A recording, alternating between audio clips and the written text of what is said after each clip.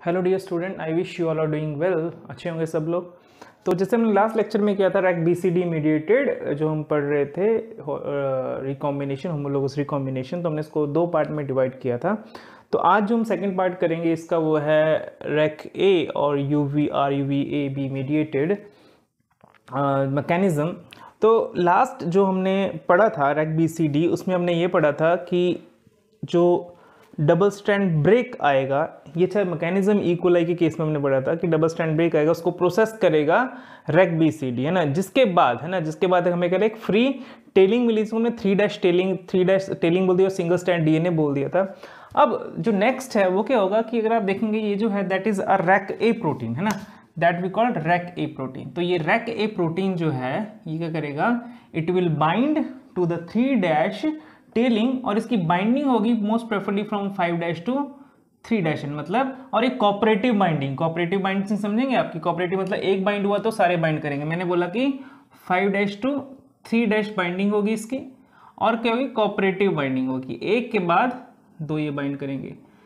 दूसरा कि एक रैक ए प्रोटीन जो है बाइंड करेगा 3 न्यूक्लियोटाइड के लिए, ठीक है। तो मतलब कि for 1 rack A there are 3 nucleotides, okay ji. अब first step is binding of this Rec A with that 3 dash tailing single strand DNA, ये इसको हम सिंगल स्ट्रैंड डीएनए बोल देते हैं और टेली भी बोल देते हैं। तो यहाँ पे क्या बाइंड करेगा, उसके बाद नेक्स्ट स्टेप क्या होगा, नेक्स्ट होगा इन्वेजन, है ना, इसको हम बोलते हैं इन्वेजन, ठीक है। फर्स्ट रैक ए की बाइंडिंग, दूसरा इन्वेजन। अब इन्वेजन जब कराए, इन्वेजन रैक ए प्रोटीन ने हेल्प करे, ठीक है। अब इन्वेजन में होता क्या है, इन्वेजन में ये रैक ए प्रोटीन है हेल्प करेगा कि जो सीक्वेंस है ना, जो ये रेड वाला हमने दिखा रखा है, कि इस सीक्वेंस के कोई कॉम्प्लीमेंट्री सीक्वेंस मिले। फॉर एग्जाम्पल मैं बोलूँ कि रेड, जैसे मैंने बोला कि रेड में क्या है कि A T C ji A T है, तो इस ब्लू वाले में कॉम्प्लीमेंट्री सीक्वेंस होने चाहिए, है ना, क्या होनी चाहिए, कॉम्प्लीमेंट्री सीक्वेंस। तो क्या करेंगे, स्कैन करेंगे, क्या करेंगे, it will search for the complementary sequence on the opposite strand, ठीक है। तो ये कौन हेल्प करेगा, ये रैक ए प्रोटीन करेगा, ठीक है। तो रैक ए प्रोटीन जो है ना, जो रैक ए प्रोटीन है, इसमें क्या है, दो साइट्स होती हैं, one we called primary site, one second we called secondary site. जो प्राइमरी साइट है ना, सपोज मैंने इसको बोल दिया प्राइमरी साइट, है ना, इसको मैंने बोल दिया सेकेंडरी साइट। जो प्राइमरी साइट है उसमें जो सिंगल स्ट्रैंड डीएनए है ना, सिंगल स्ट्रैंड डीएनए वो बाइंड करेगा। जो हमारे पास सेकेंडरी साइट है उसमें डबल स्ट्रैंड बाइंड करेगा, ठीक है। और जो प्राइमरी साइट है इसमें जो सीक्वेंस है, सपोज यहाँ पे मैंने बोला कि जैसे एडेनिन, सपोज यहाँ पे एडेनिन है, तो ये क्या करेगा, ये अपोजिट थाइमिन को सर्च करेगा। अगर यहाँ साइटोसिन है तो अपोजिट है ग्वानिन को सर्च करेगा। तो अप्रोक्सीमेटली 15 बेस पेयर जब होम या कॉम्प्लीमेंट्री सीक्वेंस मिल जाते हैं, कि यहाँ पे जो रेड वाला है उसको ब्लू वाले के साथ अप्रोक्सीमेटली 50 कॉम्प्लीमेंट्री बन जाती है ना, सीक्वेंस वो बेस पेयरिंग हो जाती है, उस टाइम पे जो रैक के प्रोटीन है क्या करेंगे, डिसोशिएट हो जाएंगे, ठीक है। जो रैक के प्रोटीन है दे विल बी लीव, कि जो रैक के प्रोटीन क्या हो जाएंगे, ये डिसोशिएट हो जाएंगे, निकल जाएंगे यहाँ से, ठीक है। अब और दूसरा क्या होगा कि there is a formation of D loop structure. हम क्या बोलते हैं इसको, डी लूप स्ट्रक्चर बोलते हैं, है ना। आप क्या होगा, ये देखिए, ये जो है स्टैंड इसके साथ बाइंड कर गया, मतलब कॉम्प्लीमेंटेशन हो चुकी है यहाँ पे, और जो ये वाला स्टैंड थे क्या हो गया, ये इसके रिमूव हो गया, तो इसको हमने डी लूप स्ट्रक्चर बोल दिया, ठीक है। अब क्या हुआ, डीएनए ये डी लूप स्ट्रक्चर बना, आरएनए ए जो था वो भी रिमूव हो गया, ठीक है। अब नेक्स्ट क्या आएगा, जो ये गैप है ना, ये जो गैप है इसको फिल करेगा, फिर कॉल करेगा इसको डीएनए पॉलीमरेज। तो ये जो डीएनए पॉलीमरेज है जो कि यहाँ पे एक्सटेंड है, इसको डीएनए पॉलीमरेज क्या करेगा, एक्सटेंड करेगा। और एक्सटेंड मीन इसको क्या लेगा, जो ऊपर स्ट्रैंड देख रहे हो आप लोग, ये वाला जो ये है ब्लू स्ट्रैंड, ठीक है, इसको कॉम्प्लीमेंटेशन करके क्या होगा, ये डीएनए पॉलीमरेज को करेगा, सिंथेसाइज कर देगा इसके ऊपर, है ना, अकॉर्डिंग टू दिस, समझ रहे हो। तो ये काम कर रहा है डीएनए पॉलीमरेज। इस तरह से यहाँ पर भी डीएनए पॉलीमरेज क्या करेगा, एक्सटेंड करेगा, लेकिन डीएनए पॉलीमरेज को कॉम्प्लीमेंट्री सीक्वेंस चाहिए तो वो इसको एज अ कॉम्प्लीमेंट्री सीक्वेंस ले लेगा, ठीक है। तो ये हमने बोला कि डीएनए पॉलीमरेज ने क्या किया, इसको एज अ कॉम्प्लीमेंट्री सीक्वेंस लेके यहाँ पे एक्सटेंड कर दिया, ठीक है। तो ये प्रोसेस चलती जाएगी और ये क्या होगा, यहाँ पे जो गैप होगा, मतलब जो हमारे पास निक होगा, ये निक को कौन फिल कर देगा, ये करेगा डीएनए लाइगेज ने इसको फिल कर दिया, ठीक है। अब अगर आपने हॉलीडे मॉडल देखा हो तो वहाँ पे क्या था कि ब्रांच माइग्रेशन होगी, ठीक है। तो यहाँ पर भी ब्रांच माइग्रेशन होगी, कैसे कि इस तरफ मूव करेगा, ब्रांच माइग्रेशन होगी, ठीक है। अब ब्रांच माइग्रेशन के लिए, ठीक है, ब्रांच माइग्रेशन के लिए जो प्रोटीन होंगे दैट इज RUVA और RUVB, ठीक है। अब RUVA बाइंड करेगा जहां पे ये क्रॉसिंग ओवर हो चुकी है, ठीक है। तो यहाँ RUA बाइंड किया, RU बाइंड किया, इसको ज्वाइन किया, 2 सब यूनिट B ने ज्वाइन किया, RUB और ये RUV जो आप ग्रीन कलर में देख रहे हैं, ठीक है। अब ये RUV बाइंड करेगी और इसके कर ब्रांच माइग्रेशन में हेल्प करेगी, ठीक है। अब ब्रांच माइग्रेशन के बाद क्या होती है, रेजोल्यूशन होती है, जिसमें कि ये अलग अलग हो जाए, कि ये जो है क्रॉसिंग ओवर है सेपरेट हो जाए, क्रॉसिंग ओवर कि इसको कट किया जाए। अब कटिंग के लिए अगर आप जो पॉसिबिलिटी है, जो प्रोबेबिलिटी है कटिंग की, प्रोबेबिलिटी क्या कटिंग की, कि या तो है ना कि इसको कुछ इस तरह से कटिंग की जाए, जैसे मान लो कि मैंने यहाँ पे फर्स्ट लिखा हुआ है कि एक कि इस तरह से कट किया जाए और एक इस तरह से कट किया जाए, ठीक है। अगर इसको इस तरह मतलब कि एज वन है ना, कि मान लो कि पैटर्न 1 है, इस तरह से कट करते हैं तो हमारे पास पैच प्रोडक्ट मिलेंगे। अगर मैं इनको इस तरह से कट करता हूं है ना, कि वर्टिकली कट हॉरिजॉन्टली कट किया जाए तो भी हमको क्या मिलेगा, पैच प्रोडक्ट मिलेंगे। मतलब कि अगर आप वर्टिकल जा रहे हो तो भी आपको पैच प्रोडक्ट मिल रहे हैं, अगर आप हॉरिजॉन्टली जा रहे हो तो भी हमें पैच प्रोडक्ट मिलते हैं। लेकिन अच्छा, पैच प्रोडक्ट का मतलब ये है कि जैसे आप देखोगे कि ना, एक तो स्टैंड में तो आप देखोगे कुछ पार्ट है, लेकिन सेकंड स्टैंड क्या है, बिल्कुल सेम है ना। तो ये रिकॉम्बिनेशन या फिर क्रॉसिंग प्रोडक्ट नहीं है। लेकिन अगर उसको कंपेयर करो क्रॉस ओवर प्रोडक्ट में, तो आपको दोनों स्टैंड में देखें कि हाँ भी इन दोनों के पास के एक्सचेंज मटेरियल है ना, कि रेड है रेड है, रेड है रेड है, मतलब ये एक पेयर है होमोलोगस क्रोमोसोम, सेकंड पेयर है। तो दोनों क्या है, दोनों जो स्टैंड है दोनों ही क्रॉस ओवर का प्रोडक्ट है, मतलब कि दोनों के पास कुछ ना कुछ पार्ट है। लेकिन अगर इसका देखें कि एक homologous pair, second homologous pair, इसमें एक स्टैंड तो नेसेंट है, दूसरा भी सेम है, लेकिन इसमें एक स्टैंड के पास कुछ पार्ट है, ठीक है।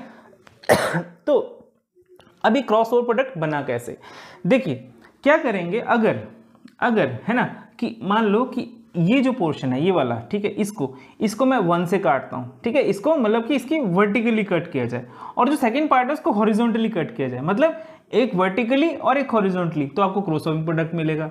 सिमिलरली अगर आप इसको वर्टिकली कट करते हैं, मतलब एक पोर्शन जो वर्टिकली कट करें, सेकंड जो है आप उसको रिजॉल्व करवा रहे हैं हॉरिजॉन्टली, मतलब कि 2 पॉइंट है ना, मैं बोलूँ कि पॉइंट ए और पॉइंट बी, अगर पॉइंट ए को और बी को ये जो है ये क्रॉसिंग प्रोडक्ट जो क्रॉस ओवर है, इसको हम 1 से, मतलब अगर दोनों को हम इसको भी 1 से रिजॉल्व करवाया तो कि हमें क्रॉस ओवर पैच प्रोडक्ट मिलेंगे, ठीक है।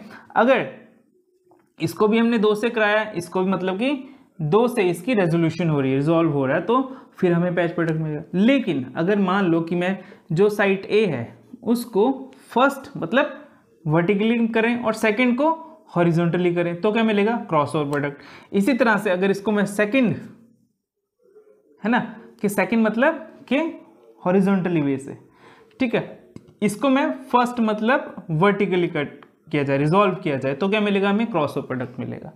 ओके, तो ये क्या आएगा। ओके, अब थोड़ा हम पढ़ते हैं इंपॉर्टेंट पॉइंट्स जो हमें याद रखने हैं कि लोडिंग ऑफ REC-A प्रोटीन, जो REC-A प्रोटीन है, ठीक है, इसको लोड हेल्प कराने में बी वाला जो न्यूक्लियस डोमेन था ना, जो न्यूक्लियस डोमेन है, ये करेगा, इट विल इंटरैक्ट, क्या करेगा, it will interact with REC-A to load on to the जो 3' एंड है ना, जिसको हमने टेल भी बोल दिया, ठीक है, वहां पे करेगा, इसकी लोडिंग होगी, ठीक है। अच्छा, दूसरी चीज कि अप्रोक्सीमेटली एक जो है वन रैक के प्रोटीन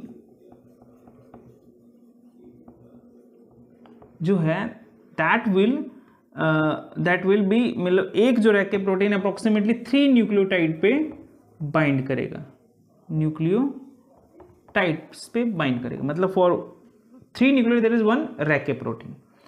ठीक है, अब जो रैक ए प्रोटीन है ना, रैक ए प्रोटीन, इसकी बाइंडिंग से जो डीएनए है, स्पेशली बोलूं जो सिंगल स्ट्रैंड डीएनए, जो सिंगल स्ट्रैंड डीएनए उसमें क्या होगा, वो जो सिंगल स्ट्रैंड डीएनए है that lead to be extended मतलब अगर आप एक नॉर्मल डबल स्टैंडर्ड डीएनए में देखें ना कि जो नॉर्मल डबल स्टैंडर्ड डीएनए है उसमें जो एडजेसेंट जो न्यूक्लियोटाइड होगा उसका जो डिस्टेंस होगा दैट इज अप्रोक्सीमेटली 3.4 एंगस्ट्रॉम। लेकिन इसमें रैक ए की बाइंडिंग के कारण जो सिंगल स्ट्रैंड डीएनए है उसमें जो एडजेसेंट जो न्यूक्लियोटाइड है उसमें क्या होगा, उसमें अप्रोक्सीमेटली जो डिस्टेंस हो दैट इज अराउंड 5 एंगस्ट्रॉम। ठीक है, वो कितना हो गया, 5 एंगस्ट्रॉम। ठीक है, ये तो हो गया। और इसमें दूसरी बात एक चीज़ और कि अगर जैसे मान लो कि अगर ये आपके पास डीएनए दैट इज 5' है और 3' है, ठीक है, और ये हमारे पास डीएनए दैट इज 3' to 5' है। ठीक है, अब जो रैक ए प्रोटीन है ना, जो रैक ए प्रोटीन है वो क्या होगा, उसकी जो बाइंडिंग है वो होगी फ्रॉम 5' to 3' और कोऑपरेटिव बाइंडिंग होती है, जैसे मैंने बोला भी। ठीक है, instead of moving from 3' to 5', ये बहुत कम होता है। ठीक है, दैट इज यूजली हैपन, जो मोस्टली नोटेड किया गया वो ये चीज है। थर्ड पॉइंट जो रैक ए है, ठीक है, ये क्या करता है, इट हेल्प इन इन्वेजन, है ना। इन्वेजन मतलब स्ट्रैंड की इन्वेजन है। फॉर एग्जांपल जैसे सपोज ये था आपके पास double standard DNA another set of homologous chromosome. ठीक है, अब हमने बोला कि ये हमारे पास है एक सिंगल स्टैंडर्ड क्रोमोसोम, जिस जो टेल हमने बोला था ना, जो टेल बोला था उसमें जो था, अगर हम बोलें कि जो रैक ए प्रोटीन था, है ना, रैक ए प्रोटीन, इसने क्या किया, एक्सटेंशन में हेल्प कराई। किस में हेल्प कराई, इन्वेजन में, सॉरी, किस में हेल्प कराई, इन्वेजन में। ठीक है, पहला पॉइंट ये हो गया। ठीक है, दूसरा पॉइंट क्या हेल्प की इसने, search for homologous, sorry I will say most probably I will say search for a complementary sequence on the other DNA, strand of DNA। Other में मैंने इसको बोल दिया। ठीक है, अब ये जो है ना, ये वाला जो रेड वन है, इसमें सर्च करना है कि मान लो कि यहाँ पे रेड में अगर टी है, सी है, जी है, तो यहाँ पे एडेनिन होना चाहिए, ग्वानिन होना चाहिए, ग्वानिन होना चाहिए। ये कौन हेल्प करेगा, सर्च करेगा कौन, रैक ए प्रोटीन। ठीक है, अब रैक ए प्रोटीन में भी अगर आप इसको हम फर्दर मॉडिफाई करें,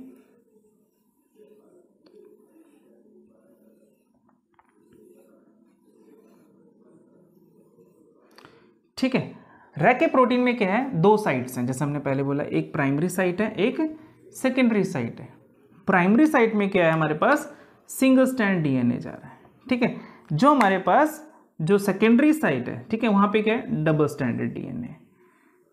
ठीक है, अब प्राइमरी साइट और सेकेंडरी साइट में क्या सर्च कर रहे हैं कि अपोजिट कॉम्प्लीमेंटेशन। मान लो यहाँ थाइमिन है, ठीक है, चलो मान लो कि यहाँ पे क्या है, थाइमिन है, तो जो नेक्स्ट स्ट्रैंड है इसमें क्या सर्च करेंगे, ये they will searching for complementary sequence, है ना। कॉम्प्लीमेंट्री सीक्वेंस क्या सर्च कर रहे हैं कि यहाँ पे अपोजिट में कॉम्प्लीमेंट्री सीक्वेंस जैसे एडेनिन होना चाहिए।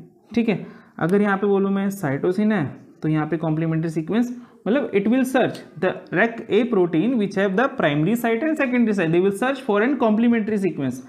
और जब ये कॉम्प्लीमेंटेशन अप्रोक्सीमेटली, है ना, अप्रोक्सीमेटली कि 15 बेस पेयर की हो जाएगी, उसके बाद रैक ए प्रोटीन लीव कर जाएगा। ठीक है, आई विश कि समझ आया होगा आपको।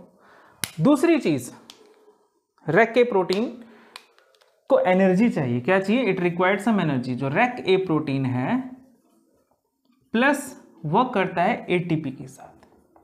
ठीक है, तो रेक ए प्रोटीन को चाहिए energy that is being provided by the ATP. Okay,